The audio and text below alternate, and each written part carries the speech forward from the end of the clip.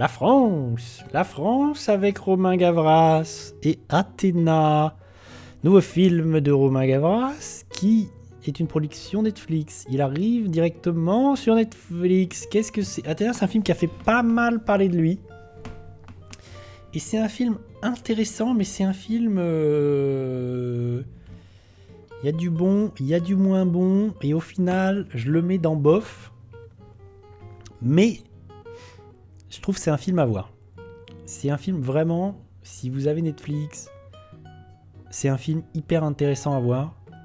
Et je vais vous expliquer pourquoi. Même si je le mets dans bof. Parce que, déjà, c'est un film de Romain Gavras. Réalisateur français, réalisateur intéressant. Et c'est un film qui va dépeindre une sorte de guérilla, de guérilla urbaine, de guerre d'affrontement entre des policiers et des personnes qui vivent dans une banlieue.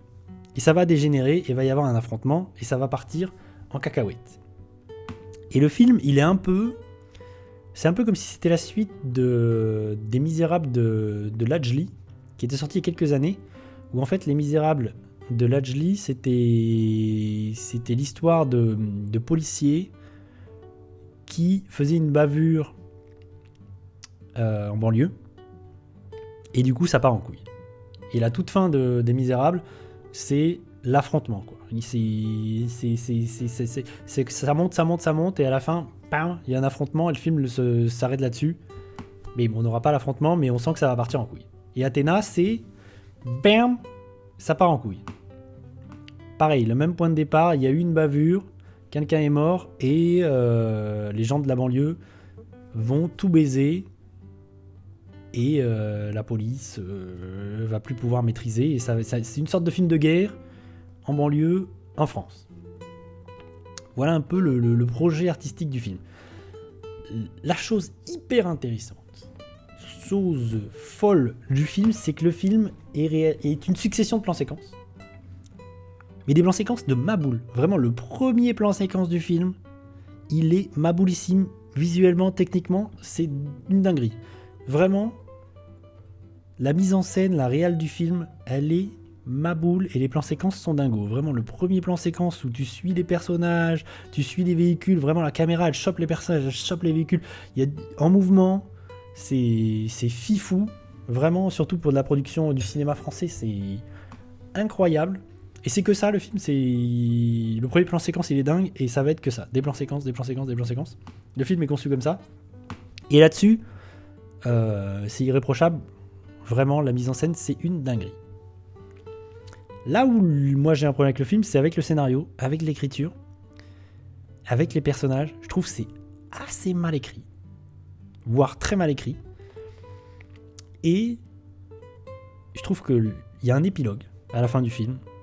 Et là, pour moi, le film se prend les pieds dans le tapis. Là, pour moi, le film se rate complètement. Vraiment, cet épilogue, il n'était pas utile. Je vais pas spoiler, je vais pas dire qu'est-ce qui se passe du pourquoi, du comment. Mais je trouve que le film se plante à ce moment-là. Et que du coup, pour moi, ça flingue le film. Enfin, ça flingue ce qu'essaye de dire le film. C'est que le film, il arrive pas à tenir ses promesses, et il assume pas, en fait. Il n'arrive pas à assumer son propos. Et c'est un peu un retour... Pour moi, la fin est ratée. Vraiment, il y a un épilogue. Si vous regardez le film, si vous l'avez vu, vous comprendrez. L'épilogue, pour moi, c'est raté, et c'était une très mauvaise idée. Du coup, c'est pour ça que je le mets dans bof. Parce que, techniquement, c'est dingue. Il y a des trucs fous. Vraiment, il y a des plans séquences de dingue dans le film. Mais l'histoire, les personnages, la narration, vraiment, tout ça, c'est un peu flingué. Il y a plein de trucs qui sont un peu nuls. Il y a des personnages qui sont vraiment... C'est assez mal écrit. C'est dommage. C'est dommage parce que vraiment, ça aurait pu être quelque chose d'assez fou. Mais malheureusement, c'est pas si fou. Mais par contre, je conseille vraiment... je conseille de regarder Athéna. Surtout que c'est dispo sur Netflix. Vraiment, c'est un film intéressant. C'est un objet filmique intéressant.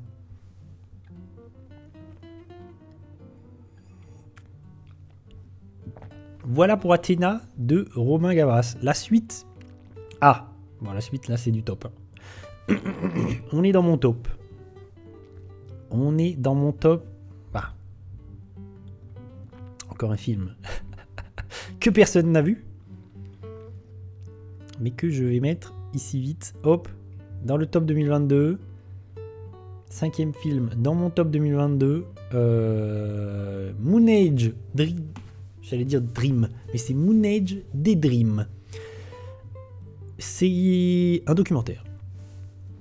Je vais pas mettre de bande-annonce parce que là, je vais me faire striker tout de suite. Parce que David Bowie. Mais c'est dommage parce que ça méritait d'avoir une petite bande-annonce. C'est un projet. C'est difficile d'expliquer le pourquoi du comment et du pourquoi du comment j'ai parlé du film et j'ai aimé le film. Parfois, c'est compliqué de dire pourquoi j'ai aimé telle ou telle chose. Donc là, c'est assez difficile de dire pourquoi j'ai aimé Moon Age Daydream, mais je vais quand même essayer. C'est un documentaire, film documentaire, sur David Bowie. Et c'est, je pense, l'une de mes expériences les plus folles en 2022 au cinéma, vraiment avec Avatar 2. C'est mon expérience au cinéma, j'ai trouvé ça extraordinaire. On peut se dire qu'un documentaire sur David Bowie, bon, ok. Mais en fait, ce qu'il faut comprendre en fait avec ce film, c'est que c'est pas réellement un documentaire.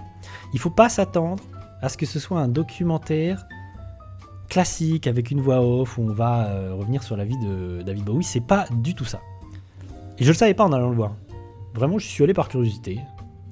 Le cinéma documentaire est intéressant. Vraiment, c'est du cinéma, c'est hyper intéressant. Je trouve ça cool. Quand on a ce genre de cinéma en salle, c'est bien de pouvoir y aller. Et le film est sorti dans très peu de salles. Je pense que très peu de gens ont vu ce film.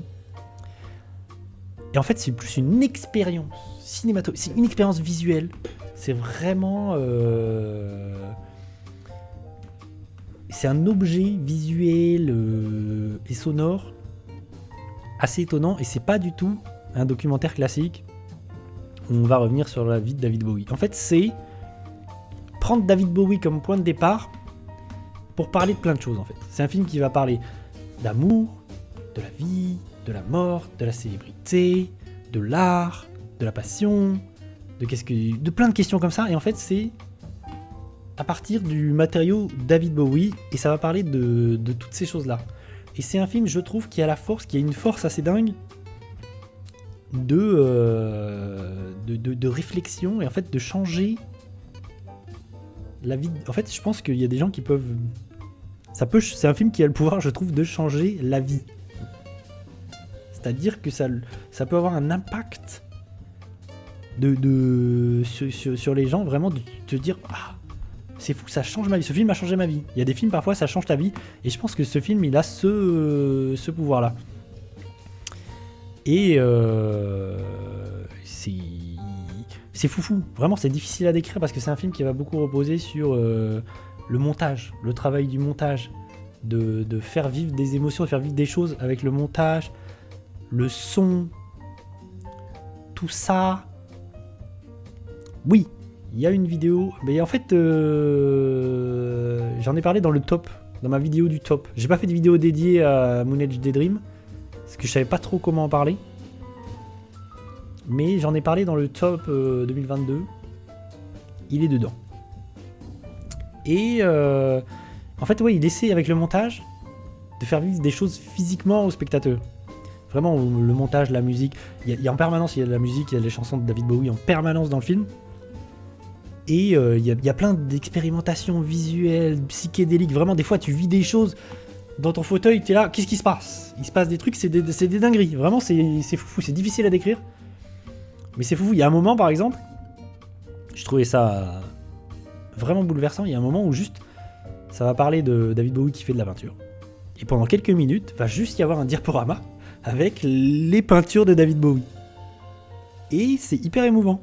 C'est hyper beau. Et il n'y a pas de voix off ni rien, mais les seuls propos du film sont en fait des archives, des interviews de David Bowie, et on va entendre David Bowie répondre à des questions et parler de plein de sujets différents. Et c'est les seules choses qu'on va avoir dans le film au sujet de David Bowie en fait. Et c'est passionnant. J'ai trouvé ça incroyable. Vraiment, je trouve c'est un film incroyable. Vous aurez plus l'occasion de le voir en salle, c'est dommage.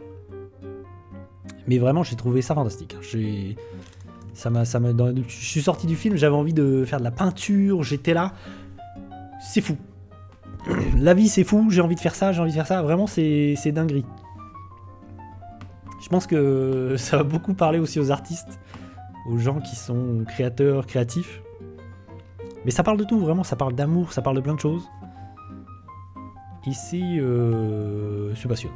J'ai trouvé ça passionnant, j'ai trouvé ça super. Voilà, si vous avez l'occasion de voir ce documentaire, allez-y. C'est hyper bien. Je pense que c'est pas, encore une fois, c'est pas pour tout le monde. Ça peut laisser des gens sur le carreau, j'imagine. C'est même une certitude. Et puis j'imagine qu'il faut aussi aimer David Bowie un peu à la base et qu'il faut aimer les chansons et la musique de David Bowie parce qu'il y en a en permanence. Il y a vraiment de la musique en permanence dans le film. Et je pense qu'il faut aimer les chansons de David Bowie à la base. Voilà. Je pense que on a assez peu parlé de ce film. Je pense qu'il est passé sous les radars. C'est un peu dommage. Donc voilà. Si je peux donner à une seule personne envie de regarder Moon Age Daydream, je suis content. Voilà. Donc il est dans mon top. Je crois que quand j'ai fait mon top, je l'ai mis. Je crois que j'ai fait top 1 et j'ai mis ex aequo Nope, Moon Age Daydream et Avatar 2. Parce que c'était en considérant l'expérience dans la salle. C'est-à-dire que c'est mes 3 expériences dans une salle de cinéma où je me suis dit, ouais, il se passe un truc. Et on reviendra sur Avatar 2. Mais Avatar 2, c'est fou. Je l'ai vu 3 fois. C'est fou. La suite. Je sens que ma voix commence à... Peut-être qu'un jour, peut-être que... Ma voix va se tuer. Oh putain. Là... Alors, le prochain. Aïe aïe aïe. Sans filtre. Triangle of Sadness. Oh, ça c'est difficile de parler de ça. Oh là là là là. Que dire de Triangle of Sadness? Oh, il va y avoir besoin d'une bande-annonce là. Quoique. Oh, si je trouve une bande-annonce, attendez, je vais checker. En bref, déjà, c'est marqué sur l'affiche. C'est la Palme d'Or du Festival de Cannes 2022, sans filtre, de Ruben Östlund, je crois. Du coup, le film a pas mal fait parler de lui. C'est la 2e Palme d'Or pour ce réalisateur, 2e fois d'affilée. Le précédent film, c'était quoi? The Square, je crois. The Square, que j'avais pas aimé. Et j'ai pas du tout aimé. Donc là, sans filtre, j'ai pas du tout aimé. Vraiment, vous pourrez même dire que je trouve ça... Je vais le mettre dans une... Je sais pas trop où je vais le mettre, mais vraiment, j'ai pas du tout aimé. Je fais partie des gens... Vraiment, les palmes d'or, souvent, c'est qui tout double, quoi. Soit c'est des grands films, soit c'est des chefs-d'œuvre, soit vraiment c'est des trucs... tu vas détester. Là, pour le coup, j'aime pas du tout... Je pense que j'aime pas du tout son cinéma, en fait. Les 2 films que j'ai vus de Ruben Östlund, j'ai pas du tout aimé, donc c'est compliqué. Si je trouve une petite bande-annonce, je vais mettre la bande-annonce. Là, pour le coup, on est sur du film de festival. Du film un peu... un télo, j'ai envie de dire, mais vite fait. Attendez, sans filtre. Là, je vais mettre Triangle of Sadness plutôt. Triangle of Sadness. Est-ce que j'ai un petit trailer? Oh, mais les trailers qui durent 4000 ans. Qu'est-ce que c'est que cette histoire? On va se faire striker pour avoir mis ça. On verra bien. Je mets un petit trailer. Parce que ça c'est pareil, je pense que c'est... Il faut l'identifier. Hop. Je coupe la musique. Who looks paid for the tickets? Not bad, huh? She's an influencer. Not bad, not bad. Yeah. So what do you do? I sell shit. The success of a luxury cruise, it mainly depends on you. Enjoy the moment. It's always, yes sir, yes ma'am. No. What? Everyone's equal.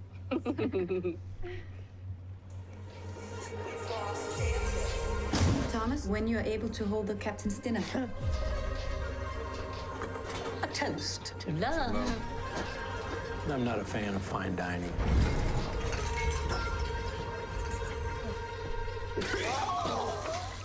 Darius? He doesn't look well. The ship is going under. Russian capitalist and an American communist. Huh? On a $250 million luxury yacht. Stay focused.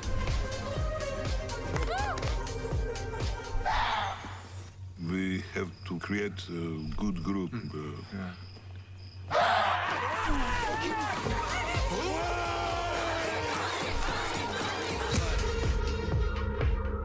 Sans filtre. Am I? You're the toilet manager. No. Here. Captain. Avec Woody Harrelson, qui fait toujours très très plaisir. J'aime beaucoup Woody Harrelson. Un acteur génial. Alors, que dire de Triangle of Sadness, que je retrouve ma scène Tibilip Tabalap, qui a été renommé Sans filtre en France, pour une raison que j'ignore, hein, comme d'habitude. Les adaptations des titres en France, c'est toujours une merveille, c'est toujours compliqué. J'ai pas du tout aimé. Je pense que je vais être énervé. Vas-y, je vais le mettre dans nul à chier parce qu'en fait le film m'a saoulé. Donc on va être méchant. Parce que le film l'est lui aussi. Qu'est-ce que ça raconte Sans filtre, c'est une comédie. Déjà il faut dire que c'est une comédie. Une comédie qui se veut un peu méchante, un peu grinçante, un peu satirique. Contre les ultra riches, mais en même temps qui tape un peu sur tout le monde. Et on va suivre des ultra riches pendant une croisière. En fait, c'est une croisière. Le film est en deux parties. Il y a une partie, première partie, on suit une croisière avec des gens riches et des gens détestables. Et à un moment donné dans le film, le bateau se crache, spoiler, Titanic, et ils vont se retrouver sur une île déserte, et du coup tout le monde va être au même niveau, c'est-à-dire que les gens riches et les gens qui sont sur le bateau, qui sont là pour servir les gens riches, les pauvres du coup, se retrouvent tous au même niveau, et c'est un peu Lost. Du coup, à ce moment-là, les pauvres vont prendre le contrôle. Et c'est un film où ça vomit, il y a des moments, ça part dans tous les sens. Il y a une scène où tout le monde vomit, le film essaie d'être un peu trashouille. Pour faire vite, parce que j'ai pas du tout aimé, vraiment, j'aime pas du tout le film. Pour résumer, le message du film, c'est pour ça aussi que j'aime pas le film. Le film nous dit que du coup, les riches, enfin les ultra riches ont le pouvoir, ça saoule, c'est chiant, et à la fin, les pauvres vont prendre le pouvoir, et là ce que le film va nous dire au sujet des pauvres, c'est que c'est pire. Le message du film, c'est de dire, si les pauvres prennent le pouvoir, c'est encore pire. Et il y a un personnage qui va devenir un peu la chef sur l'île déserte, qui est vraiment traitée, elle devient une horrible personne. Elle est traitée comme une personne monstrueuse. Je trouve ça assez détestable, le message du film est assez détestable. J'aime pas du tout ce que ça raconte. Enfin, j'ai trouvé ça nul, vraiment. Même cinématographiquement, je trouve ça assez nul. Ça m'intéresse assez peu. Je m'ennuie, je crois que le film est assez long en plus. Voilà. Je suis allé le voir parce que c'est curiosité de la Palme d'Or. Et bah voilà. Je ne conseille absolument pas Sans filtre. Voilà. Mais le film assez aficionados. Je trouve pas ça, en plus c'est une comédie et je trouve pas ça foncièrement drôle. Ça m'a pas beaucoup amusé. Donc je l'ai mis dans la catégorie nul à chier, même si c'est très méchant et que bon. Mais c'est parce que voilà, le film m'a saoulé. Donc des fois, je suis moi-même pas très gentil. Ah non, mais j'en ai déjà parlé de ça. Lui, il s'est déjà fait. Ah, encore un film d'horreur. Again. Non, finit plus. Où je le mets? Oh, c'est compliqué ça. Ah, j'y ai pas réfléchi. Halloween Ends. Ouh là là là là, c'est compliqué. Oula, par où commencer? Halloween, saga horrifique qui remonte à très loin. Premier film de Carpenter étant chef-d'œuvre. Et ensuite, beaucoup de films nuls. Une saga qui, vraiment, il y a bien 15-20 films. Et il y a bien les 3/4 des films qui sont nuls à chier. Il se trouve que toutes ces sagas horrifiques se renouvellent, reviennent de génération en génération. Elles ne meurent jamais. Ça ne meurt jamais. Massacre à la tronçonneuse, Scream, tout ça. C'est des sagas qui sont intuables. Elles reviennent à l'infini. Et Halloween, la saga Halloween est revenue récemment, il y a quelques années, avec un projet de faire... En fait, le projet était de faire une suite... Parce que le seul bon film, c'est le premier. Donc le projet, c'était de faire une suite au premier film en faisant comme si tous les autres n'existaient pas. Donc, on a eu un film il y a quelques années qui était Halloween, qui s'appelle juste Halloween. Donc c'est chiant parce que il y a plusieurs films qui s'appellent juste Halloween du coup. C'est chiant. Ils peuvent pas mettre des titres différents. Non. Bref. Et le projet était de faire une trilogie. Donc on a eu Halloween, qui est du coup, c'est compliqué, hein, qui est du coup la suite du premier Halloween de John Carpenter. Et il y a eu une suite, je sais plus, 2010, 2021, bon, bref, il y a eu une suite. Et là, cette année, 2022, il y a Halloween Ends qui arrive, qui est la fin de la trilogie, qui clôt les 3 nouveaux films Halloween. Bon, ce qu'il faut comprendre, c'est qu'il y a eu une trilogie parce que pour faire vendre des billets, quoi. C'est vraiment, c'est histoire de tartiner, histoire d'étirer un peu, d'étirer la patte au maximum. C'est comme quand on fait un épisode final où on dit part 1, part 2, comme Harry Potter ou ce genre de choses, histoire d'étirer au maximum. Ils se sont dit, allez, on fait une trilogie, on étale au maximum, histoire de rentabiliser la chose, de rentabiliser cette licence Halloween.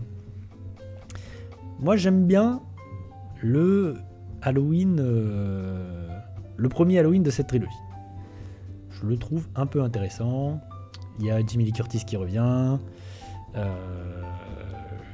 Vraiment, je trouvais le film sympathique. Pas fou, mais c'était sympathique. Le 2 avait des idées aussi intéressantes. Vraiment, j'ai trouvé le 2 très très cool. Vraiment, je trouve qu'il y a des très très bonnes choses dans le 2. Vraiment, je trouve qu'il y avait des idées hyper intéressantes. Mais tu sens que le 2 déjà essayait de tartiner. Tu sens que le 2 essayait de remplir... il y avait plus grand chose à raconter. Et le 3, c'est compliqué. En plus, le 3, il essaye d'être la conclusion, mais la conclusion de tout. De toute la saga Halloween depuis le premier. À la fois, c'est la conclusion de cette nouvelle trilogie, mais en même temps, c'est la conclusion de toute la saga Halloween depuis le tout premier. Enfin, il tente de faire ça. Et il y a des choses que j'aime bien dans le film, il y a d'autres trucs que j'aime moins. Et en tant que conclusion, c'est mitigé. C'est assez mitigé. Je sais pas. En vrai, j'aime assez cette trilogie, mais il n'empêche que c'est pas ouf. C'est peut-être aussi parce que j'aime beaucoup le premier Halloween et que j'aime bien cette saga. Et que du coup, je suis pas hyper objectif. C'est possible. Mais ce dernier film Halloween a quand même beaucoup de problèmes. C'est par où commencer? C'est que je retrouve plus le nom du boogeyman. Michael Myers. C'est ça que je cherche. Le problème de ce troisième film, c'est que Michael Myers apparaît très très peu dans le film. Donc ça, c'est un truc un peu étonnant. C'est que vraiment, on voit très peu voir le boogeyman, l'antagoniste, et que le film va se concentrer sur autre chose. C'est que en fait, le film va nous présenter... Il y a une chose intéressante. C'est que le film va nous présenter un nouveau personnage au début du film.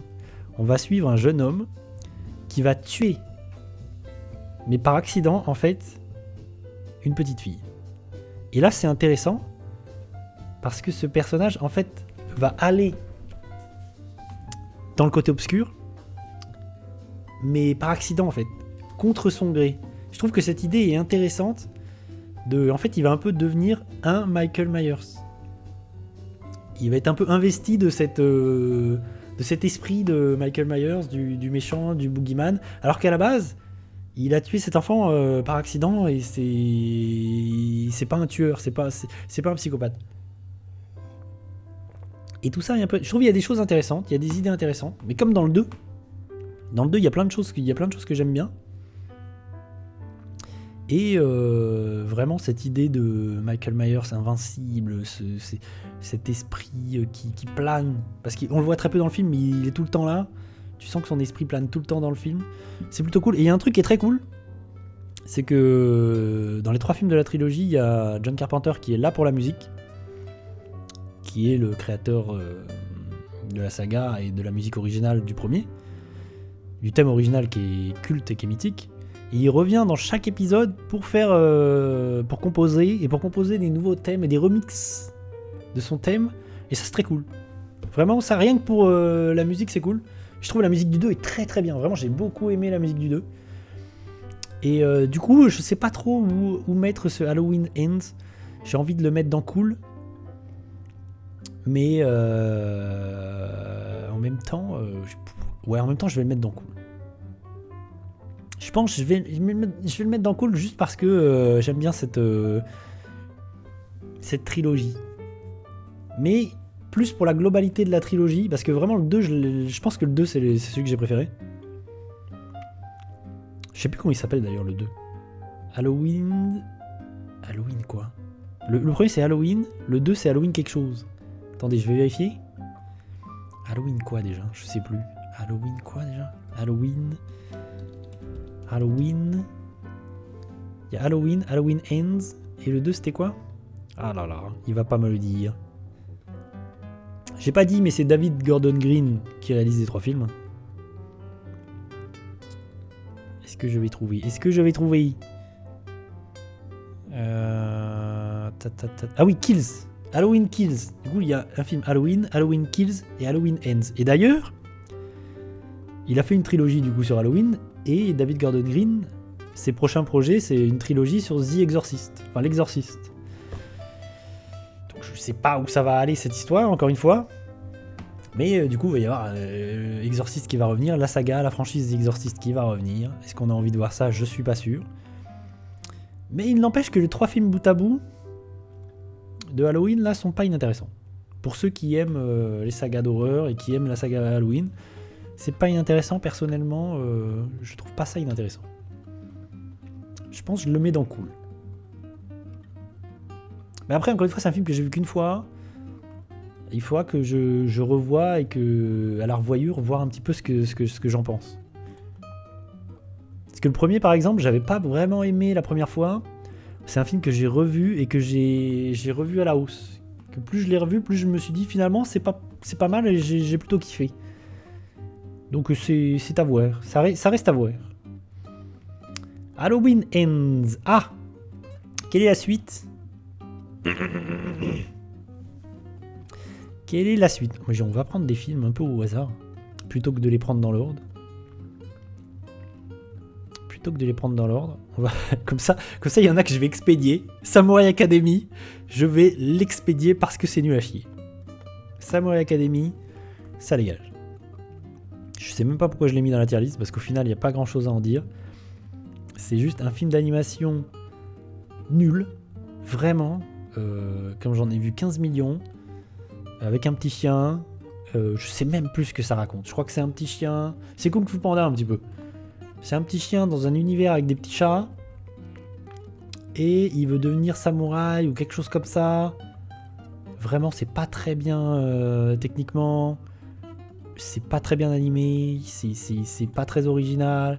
Vraiment, c'est un petit film d'animation un peu cheap, un peu aussi vite vu, aussi vite oublié. Vraiment, on a déjà vu ça 15 000 fois, vraiment. Il y a du Kung Fu Panda, il y a plein d'autres choses à l'intérieur.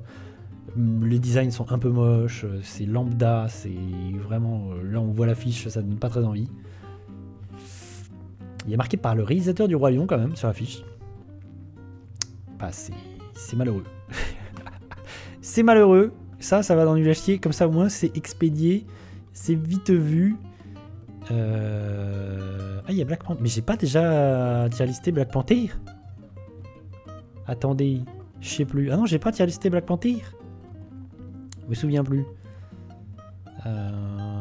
Black Panther. J'en avais pas parlé avec Yuichi. Non, avec Yuichi, on n'a pas parlé de Black Panther 2. Bon, vous savez quoi, on va tier-lister Black Panther 2, comme ça c'est vu.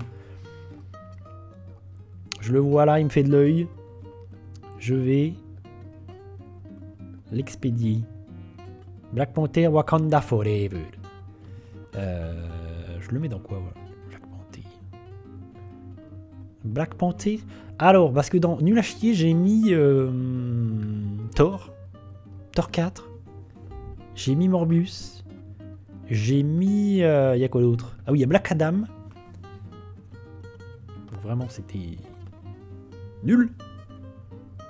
Mais... Pardon. Black Panther 2, c'est moins nul. Ça reste nul. Mais c'est moins nul que Thor 4, par exemple. Donc... je vais le mettre... je le mets dans bof. Parce qu'il y a quand même... 2-3 choses qui fonctionnent dans le film. Et c'est moins nul que Black Adam. Je peux pas non plus... voilà. Soyons un peu objectifs. Alors, ça c'est pareil, j'en ai parlé. J'ai fait une vidéo où j'avais parlé des films de super-héros en 2022. Pour dire que toutes ces marveleries c'était nul. Et que Freaks Out c'était mieux. Mais au final, le film de super-héros de 2022, je pense c'est Batman. Le meilleur film super-héroïque de 2022, clairement, je pense c'est le film de Matt Reeves. Et Wakanda Forever, c'est compliqué, hein. C'est très compliqué. Déjà, moi j'aime pas du tout le premier Black Panther. J'ai trouvé ça nul à chier. Vraiment. Sans parler de la scène finale, le combat final du premier Black Panther, où les effets spéciaux sont pas finis, où il y a 2 Black Panthers qui s'affrontent. C'est horrible. Vraiment, revoyez cette scène, c'est horrible visuellement, c'est une dinguerie. Le film a été un énorme succès. Mais vraiment, c'était pas bien du tout. C'est vraiment, je pense, c'est l'un des pires films du MCU. Et Black Panther 2, c'est compliqué. Ce qu'il arrive, déjà dans cette phase 4, où c'est le bordel, et l'acteur principal est mort. Donc, le film doit réussir à être un film Black Panther, alors qu'il n'y a pas Black Panther. Il n'y a plus l'acteur. Et il doit parler de ça. Il doit parler de la mort du personnage, parce que le personnage est mort, mais il faut quand même présenter ça. Il faut quand même en parler dans le film. Ça fait partie du scénar du film. Black Panther est mort. Voilà, on passe à autre chose. Le passage de flambeau. Donc, le film doit parler de la mort de Black Panther. Et c'est ça le problème du film, c'est que le film essaie de tout faire et il arrive à rien faire. Il parle de la mort de Black Panther, il parle du passage du flambeau. Il amène un nouveau méchant, donc il faut présenter un nouveau méchant, tout un univers qui va avec le nouveau méchant. Parce qu'il y a tout un univers aquatique, toute une nouvelle cité, toute une nouvelle civilisation, enfin bref, c'est un bordel. Et en plus de ça, le film présente aussi des nouveaux personnages. Donc le film présente un nouveau personnage qui est amené au chausse-pied à l'intérieur, qui est... le successeur spirituel de Iron Man. C'est compliqué, hein, vraiment. Ce personnage en plus, dans le film, sert à rien. Franchement, c'est compliqué. Il y a trop de choses dans le film. Le film dure presque 3 heures. C'est un bordel, mais il y a quelques petits trucs qui fonctionnent. Je trouve que le méchant, l'acteur qui joue le méchant, fonctionne plutôt bien. ça marche plutôt, mais après, il n'y a rien qui va. Vraiment, c'est une cata. Je trouve que le nouveau Black Panther, ça marche pas. Je trouve que toutes les scènes d'action, ça marche pas. C'est beaucoup trop long. Ça tartine. Le film n'arrive pas à se sortir de ce bourbier de j'ai plus mon acteur, il faut que je joue avec ça. Du coup, c'est une entreprise qui ne pouvait que se casser la gueule. C'était impossible. En fait, c'était une suite impossible. C'est la suite de Black Panther sans Black Panther. C'était juste impossible. C'était de base, c'était foutu d'avance. Et de cette phase 4, de toute façon, il n'y a pas grand chose à retenir vraiment de chez Marvel là. C'est Thor 4, c'est nul. Qu'est-ce qu'il y a eu d'autre? Doctor Strange 2, c'est pas bien. Il n'y a rien qui va. Le seul que je retiens, c'est les Éternels. Et puis voilà, vraiment les Éternels, je trouve c'était très bien. Il y a des problèmes dans le film, mais c'est vraiment ce que j'ai vu de mieux chez Marvel. Vraiment ces dernières années là, compliqué. Cette phase 4 de Marvel, c'est très compliqué. Donc vraiment, je conseille pas du tout ce Wakanda Forever. C'est problématique. Du coup, je l'ai mis dans bof. J'étais assez généreux vis-à-vis de Wakanda Forever. J'ai pas voulu être trop méchant. Quelle va être notre prochaine cible? Attention, la prochaine cible, qu'est-ce que c'est? Je vois que j'ai le petit Nicolas là. Essayons de parler d'un film. Ils sont où mes affiches là? Le petit Nicolas, film d'animation. Voilà, on va essayer d'aller sur du positif. Sur quelque chose d'un petit peu plus positif parce que j'ai tiré à balles réelles. Essayons. Où je le mets le petit Nicolas? J'hésite. Je pense que je vais le mettre dans cool. Le petit Nicolas, c'est très bien. Vraiment, j'ai trouvé ça très très bien. C'est très très chouette. J'hésitais à le mettre entre génial et cool. On va y réfléchir. Pour l'instant, il est dans cool. Ouais, il est bien là. C'est vraiment un super film. Vraiment, c'est une très bonne surprise, le petit Nicolas. Il me semble que j'en avais fait une vidéo dédiée sur YouTube. Oui, il me semble que c'est sûr. Et c'était très très bien. Le projet du petit Nicolas est intéressant parce que c'est pas une adaptation directe du petit Nicolas. En fait, c'est parler des deux créateurs du petit Nicolas. En fait, c'est parler de Goscinny et de Sampé, qui sont les créateurs du petit Nicolas. Et en fait, c'est suivre la création du petit Nicolas à travers ces deux personnages. Et du coup, il va y avoir des moments où il y a des adaptations des passages du petit Nicolas, mais entrecoupés de Goscinny, Sampé, qui vont aussi dialoguer avec le personnage parce que le personnage va prendre vie et va interroger, dialoguer avec ces deux créateurs. Et c'est hyper bien fait. C'est hyper chouette. Vraiment, c'est un super film. En plus, je pense qu'il est pour tout le monde parce qu'il est pour les plus jeunes, pour les adultes aussi. Vraiment, c'est très très chouette. Visuellement, le film est chouette parce qu'il a réussi à retranscrire le dessin de Sampé en animation. Ça marche de ouf. C'est un super film d'animation, c'est pas très long. Vraiment, c'est une petite pépite là de 2022. C'est une super bonne surprise. Moi, j'ai beaucoup aimé. Le film est émouvant. Le film est même bouleversant parce que le film est sorti juste après la mort de Sampé, qui est mort il y a très peu de temps, le dessinateur. Et du coup, ça dialogue avec ça, parce que dans le film, on va parler de la mort de Goscinny, qui lui est mort il y a assez longtemps. Et du coup, Sampé est mort entre-temps, et ça fait écho à tout ça. Et c'est vraiment assez bouleversant, parce que on a le personnage du petit Nicolas qui, du coup, va interroger ses créateurs, et va se poser des questions sur la vie. Est-ce qu'il est éternel? Est-ce qu'il va survivre à ses créateurs? Est-ce qu'une création, est-ce qu'un personnage fictif survit à ses créateurs? Est-ce que les créateurs vont survivre à travers leurs personnages de fiction? Enfin, c'est hyper intéressant, tout ça est hyper émouvant. Et on se rend compte au final que oui, ce personnage est éternel tant que les gens vont continuer à le lire et aller le voir au cinéma, ce petit Nicolas, et que ces auteurs vont survivre à travers lui. Tant que les gens vont le lire, tant que les gens vont faire vivre cette matière, tout ça va être éternel et va continuer à vivre. C'est vachement bien. Vraiment, le petit Nicolas, c'est vachement bien. J'hésitais à le mettre en génial. En vrai, il pourrait avoir sa place. C'est pareil, c'est un film qu'il faudrait que je revoie. Mais j'ai beaucoup aimé. Vraiment, c'est une vraie petite pépite. Je le conseille chaudement. Le petit Nicolas, encore une petite pépite de l'animation. C'est de l'animation, c'est français, c'est à France. Merci à France.